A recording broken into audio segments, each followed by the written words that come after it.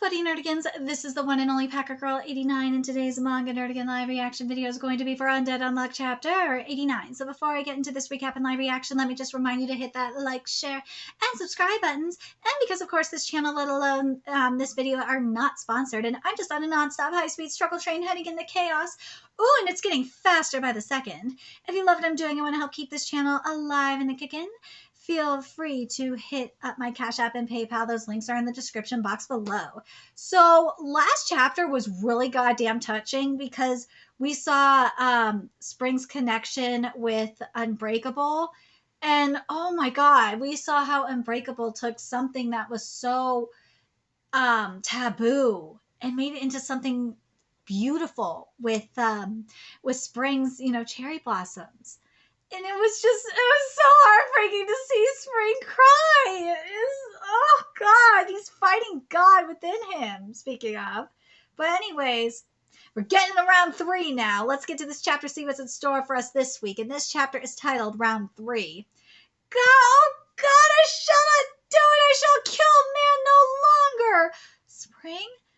This is the 3rd time God has forcibly intervened. It seems Unluck's earned much of God's ire. Yeah, because what? Unluck is really love. Yes, it is. So, what would luck be? Seems so, yeah. Unluck, please, I beg of you. You need to kill me. Oh, Spring! The core. He's pulling out his own core. Holy shit! He's pulling it out on his own. Spring, what are you doing? Should the brainwashing go on any further, then your unluck shan't affect me. So it must be now, Mr. Billy. A very wise decision. However, even if I'm in a weakened state, once the game is underway, attacks can't harm me. Those who interfere will be turned to cherry trees. But, you know what, Billy? That is your karma. Let Billy turn into a cherry tree. I don't give a shit.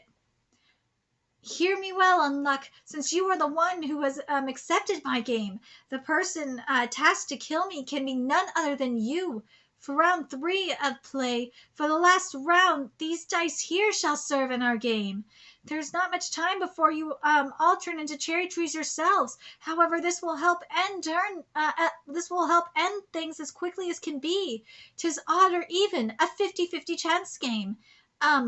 Guess right and you live, guess wrong and you die. Please, Lady Fuko, excuse how ugly I am, but before the match begins, bestow upon me Unluck. Aww. I owe you my thanks. Aww. Spring! I'm dead and Unluck in this narrow gambling hall. I shall sit and wait. It turned giant. This is probably his true phase 3. Damn straight it is. Look at that shit. I love this design, not gonna lie. Phase 3, it looks fucking boss. It is boss as hell. And you got the lightning and the trees. I think that's the tree on Tokyo Tower. That's fucking boss. You got like the trees coming on all the buildings. Yes. If what he said was the truth, then he is impervious to any and all attacks. Bah, this scenery is droll. Bah, rather than rows of stone trees, this sight is much more sublime. Ooh. It could turn stuff other than humans into cherry trees. His abilities have expanded now that he's changed form too. This is cool. No, this shall not do. This is not nearly enough. All of it must go. I shall turn it all into throngs of cherry trees. Whoa! That wave! Woohoo! Damn! It's giving me Medusa petrification realness. Yes! Spring phase 3. Yes, to God above, I shall present this planet. Dude! Yes! I love phase 3. Phase 3 looks so boss. I love it. Never thought it'd come to this. You're dead no matter what once you open wait. Once you open the lid, a textbook beginner's trap. This quest should have been ignored from the start. No, that's not true. There's still a way. Weren't you listening? All attacks are considered interference. Yes, attacks, but the phenomena caused by my unlucks reach spring. Yeah, I get it. Basically, we get close to him and cause all sorts of unluck around him. Then we make a path to his core and send Fuko inside. Yep. After that, all you gotta do is win your game of CeeLo, a gamble through and through. Foolish. Now, well, what is your idea, Billy? Come on, give me some ideas then, Billy. What's your idea? At least they're giving us something. How do you suppose you'll get close to him? Negator abilities won't work on him. Yeah, not on him directly. What do you mean by that? Just aim it towards me instead. Essentially, if we don't think of targeting Spring, we can use our abilities. See? Thinking outside the box. For example, Rip can't attack Spring directly. Wait, you are obstructing. But if a stray fired at me were to... Oh my god. But if a stray fired at me were to hit Spring... Woo!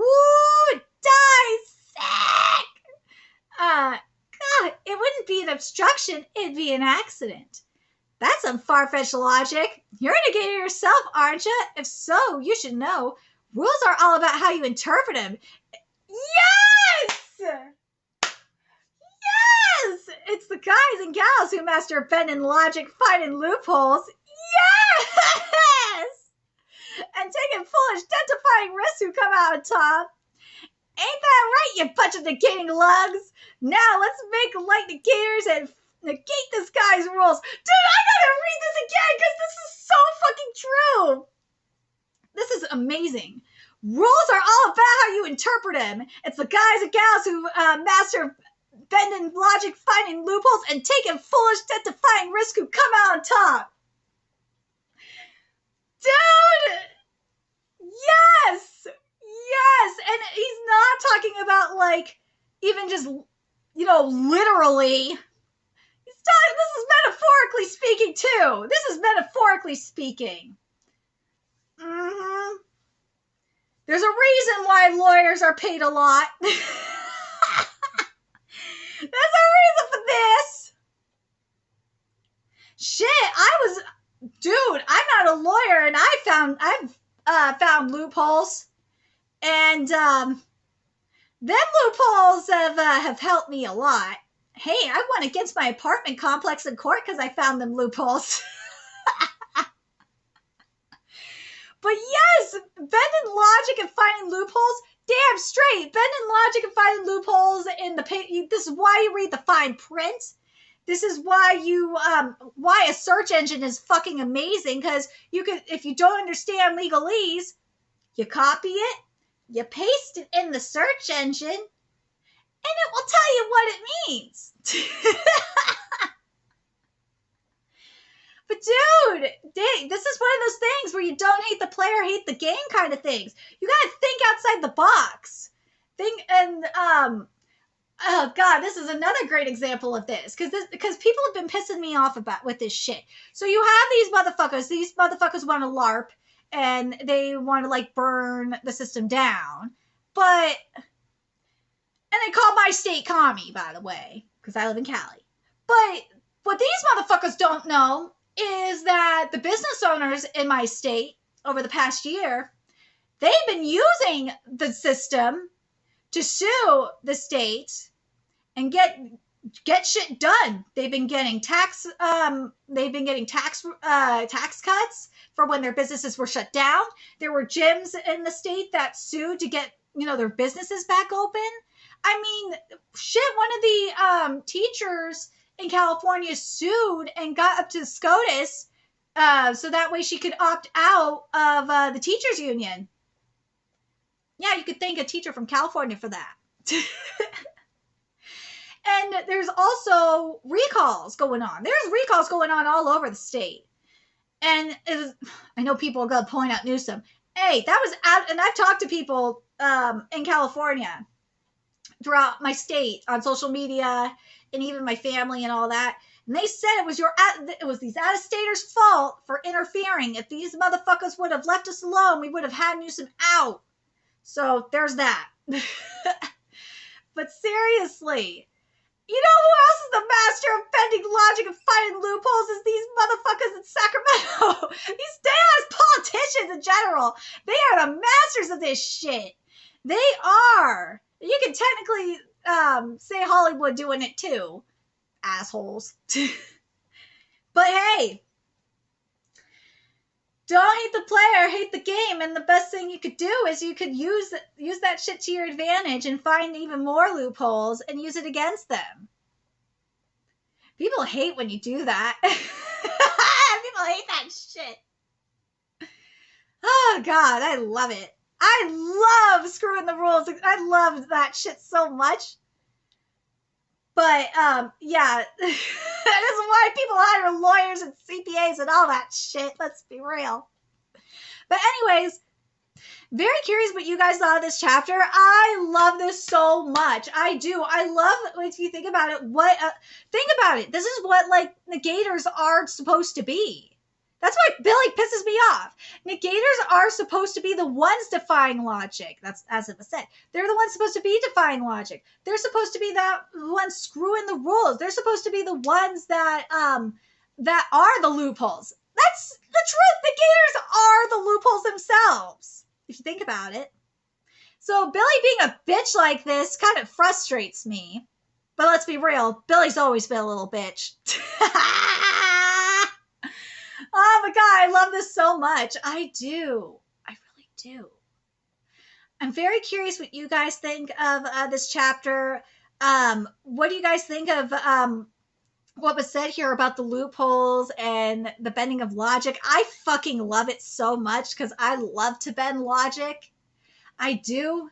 There are times where it's inappropriate, but man, when you're dealing with stupidity, when you're dealing with morons and with sheep, you have to bend logic and shit with them. Because you gotta fight fire with fire. Just saying. Let me know your thoughts in the comment section below what you guys think. And remember to like, comment, share, and subscribe to Nerdigans Inc. If you love what I'm doing, I want to help keep this channel alive and kicking so I can keep bringing you more Undead Unluck content. There's a few ways you can do that. You can donate to my Cash App, PayPal, Patreon, purchase something off my Amazon wishlist. All that's in the description box below. Also, make sure you follow me on Twitter, Twitch, Discord, friend me on PlayStation Network. That's in the description box below as well. Till next time, Nerdigans, I will be seeing you later. Bye.